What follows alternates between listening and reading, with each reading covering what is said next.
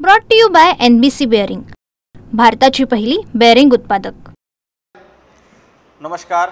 Bharatiya Janata party प्रदेश कार्यालयामध्ये आयोजित पत्रकार परिषदेमध्ये आपल्या सर्वांचं मी मनापासून स्वागत करतो। जनाब संजय राऊत यांनी सकाळी पुन्हा एकदा देशाच्या विरोधात खडे फोडायला सुरुवात केली आहे। पंतप्रधान नरेंद्र मोदी 8 वाजता न बोलता 5 वाजता का बोलले असा प्रश्न संजय राऊत यांना पडलाय।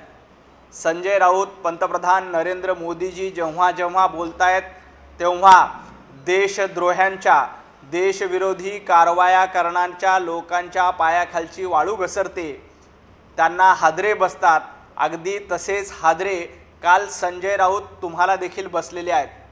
पंतप्रधान नरेंद्र मोदीजींनी याच्या आधी देखील देशाला 5 वाजता संबोधित केलेलं आहे आणि जेव्हा देशाला 8 वाजता संबोधित केलंय तेव्हा तुमच्यासारख्या देशद्रोहाची पिवळी झालेली देखील या देशाने बघितलेली आहे। पंतप्रधान नरेंद्र मोदीजी हे सातत्याने देशाच्या हिताचे निर्णय घेत असतात आणि काल काही तुम्ही जावाई शोध लावला की क्रिकेटची मॅच बघण्यासाठी मोदीजी 5 वाजता बोलले। 5 वाजता बोलून GST मधून लोकांना दिलासा करण्याचं काम केलं। तुम्ही सकाळी 9चा 10चा भोंगा वाजवता, तुम्ही कुणाला दिलासा देताय? तुम्ही राहुल गांधी आणि सोनिया गांधींना दिलासा देण्यासाठी बोलतायत, तर पंतप्रधान नरेंद्र मोदीजी सर्वसामान्य नागरिकांना दिलासा देण्यासाठी बोलतायत। पंतप्रधान नरेंद्र मोदीजींनी GSTच्या माध्यमातून 2 लाख कोटीची सवलत काल देशवासियांसाठी जाहीर केली आणि GST मध्ये सर्वात मोठा फायदा सर्वसामान्य नागरिकांना होणार आहे, त्याची घोषणा मोदीजींनी केली।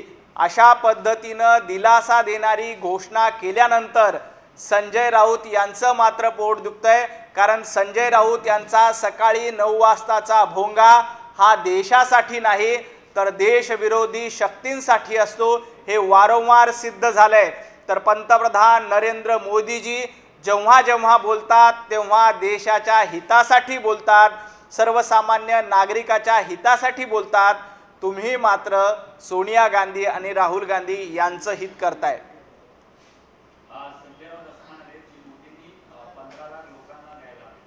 खरं तर पंतप्रधान नरेंद्र मोदीजींनी आजपर्यंत देशाला ऐतिहासिक अशा भेटी दिल्यात। 370 कलम असो, राम मंदिर असो किंवा GSTचा दिलासा असो, अशा पद्धतीच्या ऐतिहासिक भेटी पंतप्रधान नरेंद्र मोदीजी यांनी सर्वसामान्य नागरिकांना 140 कोटी जनतेला दिलेत। माझा संजय राऊत यांना सवाल आहे, तुम्ही पत्राचाळीचे 50 लाख रुपये आधी मराठी माणसाला द्या। मराठी माणसाची घरं लुटण्याचं काम, पत्राचाळीच्या माध्यमातून घोटाळा करण्याचं काम संजय राऊत तुम्ही केलंय। आधी पत्राचाळीत लुटलेले पैसे सर्वसामान्य मराठी माणसाला परत द्या आणि मग पंतप्रधान नरेंद्र मोदीजी यांच्यावर टीका करा। पंतप्रधान नरेंद्र मोदीजी यांनी राम मंदिर असेल किंवा GSTचा दिलासा असेल असं सर्वसामान्य नागरिकांच्या हिताचे अनेक कामं केलेले आहेत। अनेक वेळेला देशवासियांना मोठ्या भेटी दिलेल्या आहेत। त्यामुळेच एकदा दोनदा नाही तर 3दा सर्वसामान्य नागरिकांनी मोदीजींना विजयी केलेला आहे। तुमच्यामध्ये हिम्मत असेल तर पत्राचाळीच्या घोटाळ्याचे पैसे सर्वसामान्य मराठी माणसाला परत द्या। कालच्या भारत पाकिस्तान मॅच नंतर संजय राऊतांनी अनेक प्रश्न उपस्थित केले। पाकिस्तानी फलंदाज साहेब फरान याने जी ॲक्शन केली ती नेमकी कुणासाठी केली असे म्हणाले की जयश आणि संपूर्ण भारतीय संघ त्यावर बरोबर। खरं तर पाकिस्तानचा क्रिकेटपटू फरहाननी जी ॲक्शन केली ती अतिशय चुकीची आहे, त्याचा आम्ही सगळ्यांनी निषेध केलेला आहे। आणि सगळ्यात महत्त्वाचं, आपल्या भारतीय क्रिकेटपटूंनी पाकिस्तानवर क्रिकेटच्या माध्यमातून मिसाईल टाकण्याचं काम केलंय। पाकिस्तानचे खेळाडू जर का आमच्याकडे बंदूकसारखं बॅट दाखवत असतील तर त्या खेळाडूंना आपल्या भारतीय क्रिकेटपटूंनी मिसाईल टाकून उत्तर दिलंय। एकदा नाही तर 2दा आशिया कपमध्ये पाकिस्तानला धूळ चारण्याचं काम मिसाईल टाकून आपल्या क्रिकेटपटूंनी केलंय। त्यामुळे अशा पद्धतीच्या बंदुका भारतीय क्रिकेटपटूवर किंवा भारताकडे चालवण्याची हिम्मत पाकिस्तानने जेव्हा केली तेव्हा त्याला मुंहतोड जबाब देण्याचं काम, तेव्हा त्याला चोख प्रत्युत्तर देण्याचं काम भारतीयांनी केलंय। काल देखील क्रिकेटच्या मैदानामध्ये सूर्यकुमार यांच्या नेतृत्वामध्ये आपल्या खेळाडूंनी पाकिस्तानवर क्रिकेट रूपी मिसाईल टाकून पाकिस्तानला गारद करण्याचं काम केलंय। संजय राऊत, आपल्या भारतीय खेळाडूंनी केलेल्या कामगिरीकडे लक्ष द्या। तुम्हाला भारतीय खेळाडूच्या कामगिरीकडे बघायला लक्ष नाही। भारतानं एकदा नाही तर दोनदा सामना जिंकलाय, दोनदा मॅच जिंकली। संजय राऊत यांनी एक तरी ट्विट केलं का?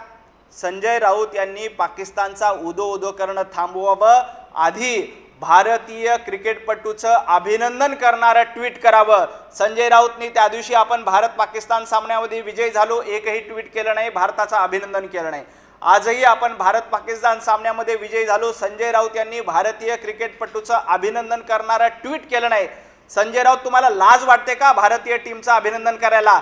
हिम्मत असेल तर आधी भारतीय टीमचं अभिनंदन करा आणि मग अशा पद्धतीचे उत्तर द्या। आपल्या क्रिकेटपटूंनी त्यांच्यावर मिसाईल टाकून क्रिकेटच्या मैदानात विजय मिळवलाय, त्याबद्दल आपल्या टीमचं अभिनंदन करा। भारतीय संघाने सूर्यकुमार यादव यांनी 2 वेळा पाकिस्तानचा पराभव केला। संपूर्ण देशात त्यांच्या कौतुक होते त्यांच्यावर। मात्र संजय राऊत टीका करते त्या संघावर की हात मिळवला नाही याची कसं कौतुक करताय, खरं तर संजय राऊत यांना अंधभक्त वगैरे बोलण्याचा अधिकार नाही, कारण संजय राऊत स्वतः गुलाम आहेत। तुम्ही काय अंधभक्ताच्या गप्पा करताय? स्वतः गुलाम असलेल्यांनी दुसऱ्याबद्दल बोलू नये। आणि आज संजय राऊत पत्रकार परिषदेमध्ये बोलत असताना पाकिस्तानचा जो क्रिकेटपटू आहे फरहान, त्याचं नाव न विसरता घेतलं आणि सूर्यकुमार कोण आहे असं म्हणून पत्रकारांना प्रश्न विचारतात। तुम्ही आपल्या भारतीय कॅप्टनचं नाव विसरता आणि पाकिस्तानच्या खेळाडूचं नाव मात्र तुम्हाला तोंडपाठ आहे। संजय राऊत, तुम्हाला लाज वाटली पाहिजे। तुम्हाला पाकिस्तानच्या क्रिकेटपटूचे नाव तोंडपाठ आहेत आणि आपल्या कॅप्टनचं नाव तुम्ही विसरता। ज्या कॅप्टननी 2 वेळेला पाकिस्तानला धूळ चारली, पाकिस्तानचा पराभव केला, अशा कॅप्टनचं नाव तुम्ही विसरता आणि पाकिस्तानच्या प्लेयरचं नाव मात्र तुमच्या ओठावर आहे, कारण तुम्हाला पाकिस्तानवर प्रेम आहे। हे जर का काल पाकिस्तान जिंकली असती तर संजय राऊत यांनी फटाके फोडले असते, संजय राऊत यांनी त्यांचं अभिनंदन करणारं ट्विट लिहिलं असतं। परंतु भारतीय टीम जिंकल्यामुळं संजय राऊत यांच्या पोटात दुखायला लागलं, म्हणून संजय राऊत यांची सकाळी सकाळी चिडचिड होते। पहलगाममध्ये भारतीयांना हल्ला झाला, भारतीयांच्या रक्ताचे सडे पडले, मग पाकिस्तानसोबत मॅच खेळून जुगार कोण खेळते असं सुद्धा संजय राऊतांनी विचारलं। संजय राऊत स्वतः जुगारी आहेत आणि कालच्या मॅचमध्ये पुन्हा एकदा पाकिस्तानच्या बाजूने सट्टा लावल्यामुळे संजय राऊत यांचे पैसे गेलेले आहेत। याच्या आधी देखील भारत पाकिस्तानच्या सामन्यामध्ये संजय राऊत यांनी पाकिस्तानच्या बाजूने जुगार लावला होता, पाकिस्तान जिंकण्यासाठी पैसे लावले होते आणि आज देखील संजय राऊतनी अशाच पद्धतीनं पाकिस्तानच्या बाजूने सट्टा लावून पराभव झाला। संजय राऊत यांचे काल पैसे गेलेले आहेत, त्यामुळे संजय राऊत यांची अशा पद्धतीनं चिडचिड होते। खेळाचं मैदान असो किंवा युद्धाचं मैदान असो, भारतीय क्रिकेटपटू, भारतीय जवान पाकिस्तानला जशास तसं उत्तर देण्यासाठी समर्थ आहेत। ऑपरेशन सिंदूरच्या माध्यमातून ज्यांनी रक्ताचे पाट वाहण्याचं पाप केलं होतं, अशा दहशतवाद्यांना आम्ही कंठस्नान घातलं। आपल्या जाबाज सैनिकांनी त्यांना यमसदनी पाठवलं।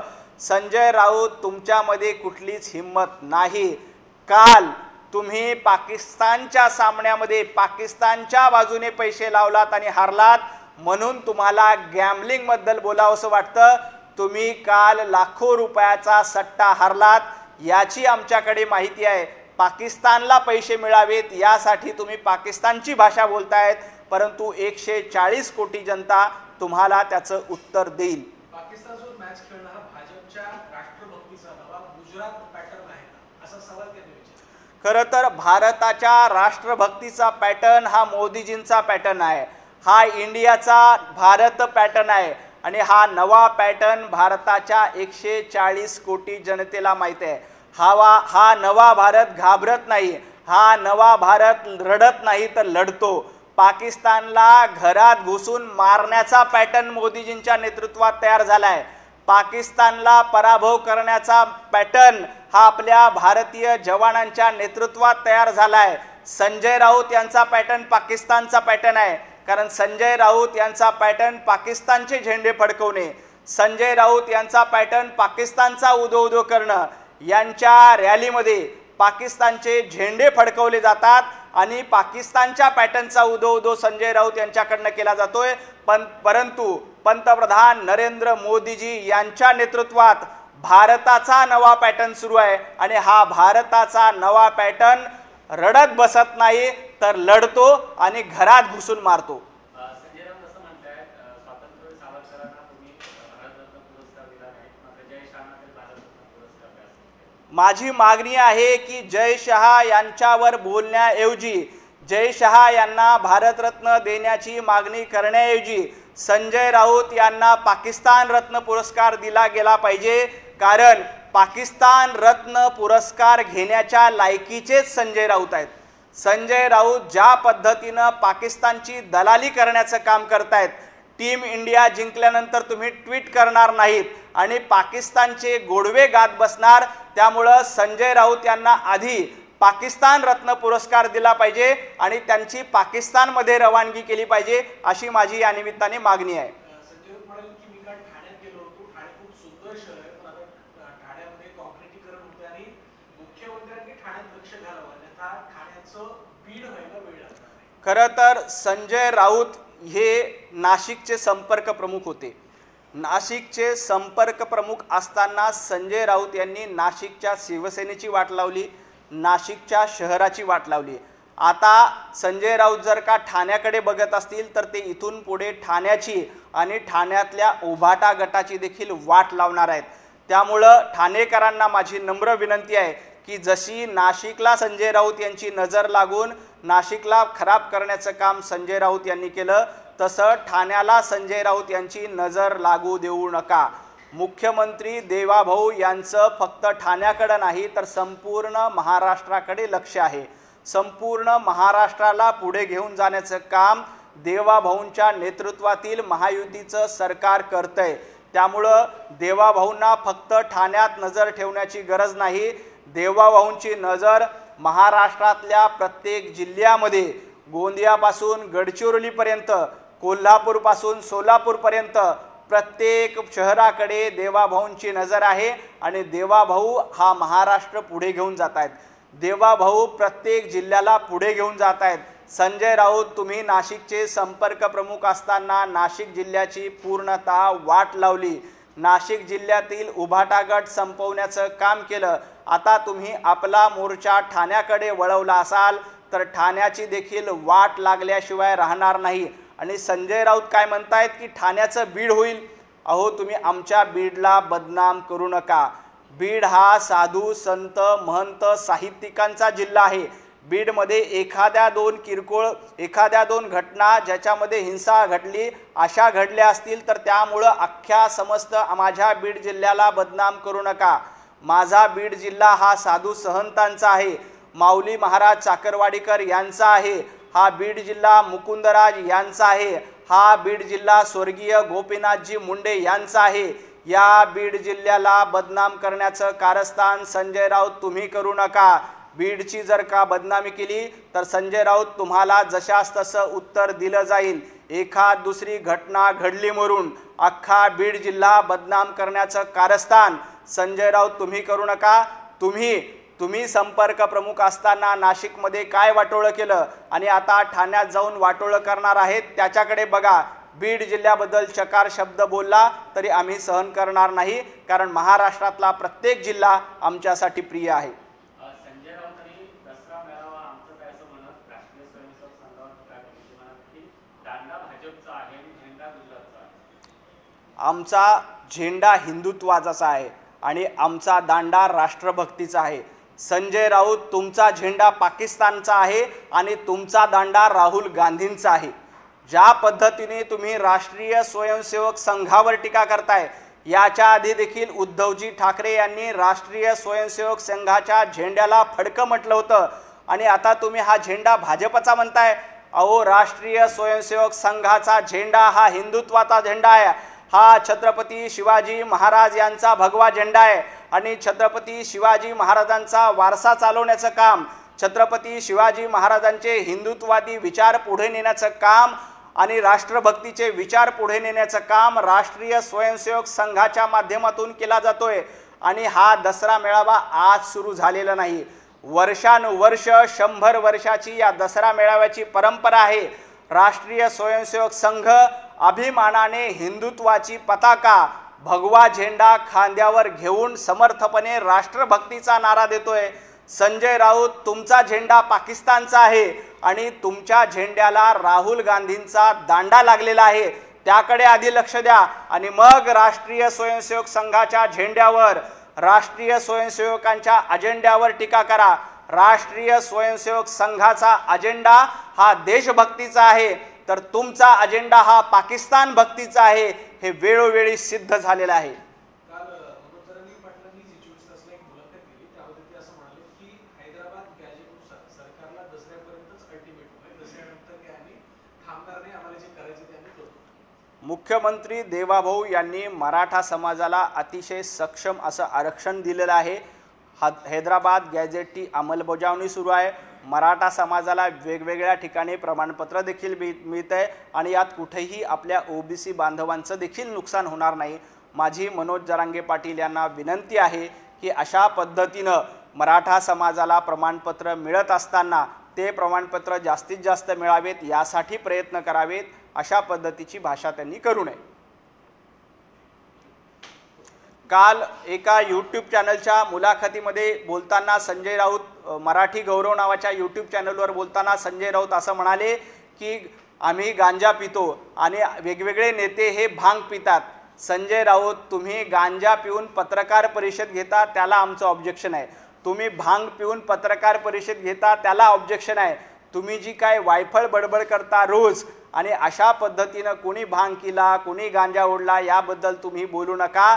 तुम्ही रोज सकाळी गांजा पिऊन भांग पिऊन जी वायफळ बडबड करता आणि पाकिस्तान धार्जिनी भूमिका घेता त्याला आमचा विरोध आहे। यापुढे अशा पद्धतीच्या भूमिका तुम्ही घेऊ नका। काँग्रेसचे प्रदेशाध्यक्ष हर्षवर्धन सपकाळ यांनी काल तुमच्यावर खऱ्यार्थाने टीका केली आहे। ते असं म्हणाले की नवनाथ बोन यांचे विचार आणि मनुस्मृती यांचं आम्ही दहन करतो, दोन्ही आम्ही जाळतो। खरं तर हर्षवर्धनजी, तुम्हाला नवनाथ बन यांचे विचार जाळायचे नाहीयेत, तर तुम्हाला हा देश जाळायचा असं तुमच्या वक्तव्यावरून दिसतंय।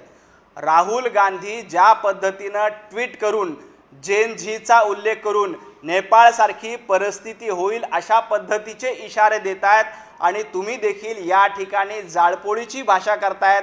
अहो, तुम्हाला नवनाथ बन यांचे विचार जाळायचे नाहीत, तर इथला देश जाळायचा आहे। महाराष्ट्रामध्ये नेपाळसारखी अराजकता निर्माण व्हावी यासाठी हर्षवर्धनजी तुम्ही प्रयत्न करतायत, परंतु 140 कोटी जनतेचे पंतप्रधान नरेंद्र मोदीजींना आशीर्वाद आहेत। इथल्या तरुणाईचे, इथल्या जेनजीचे पंतप्रधान नरेंद्र मोदीजींना साथ आहे आणि आपल्या देवाभाऊंना महाराष्ट्रातल्या 14 कोटी जनतेचे आशीर्वाद आहेत। त्यामुळे तुम्ही अशी कसल्याही पद्धतीने जाळपोळीची भाषा करणार असाल, कुणाचे विचार जाळण्याचा प्रयत्न करणार असाल आणि कुणाला जाळपोळीबद्दल बोलणार असाल, तर इथली जनता हर्षवर्धनजी तुम्हाला जशास तसं उत्तर दिल्याशिवाय राहणार नाही। जाळपोळ करा, फोडाफोडी करा, ही काँग्रेसची रणनीती राहिलेली आहे। आमचे विचार हे हिंदुत्वाचे विचार आहेत, आमचे विचार हे छत्रपती शिवाजी महाराजांचे विचार आहेत, ते कुणीही जाळू शकत नाही। खूप खूप धन्यवाद। Thank you. Brought to you by NBC bearing, भारताची पहिली बेअरिंग उत्पादक।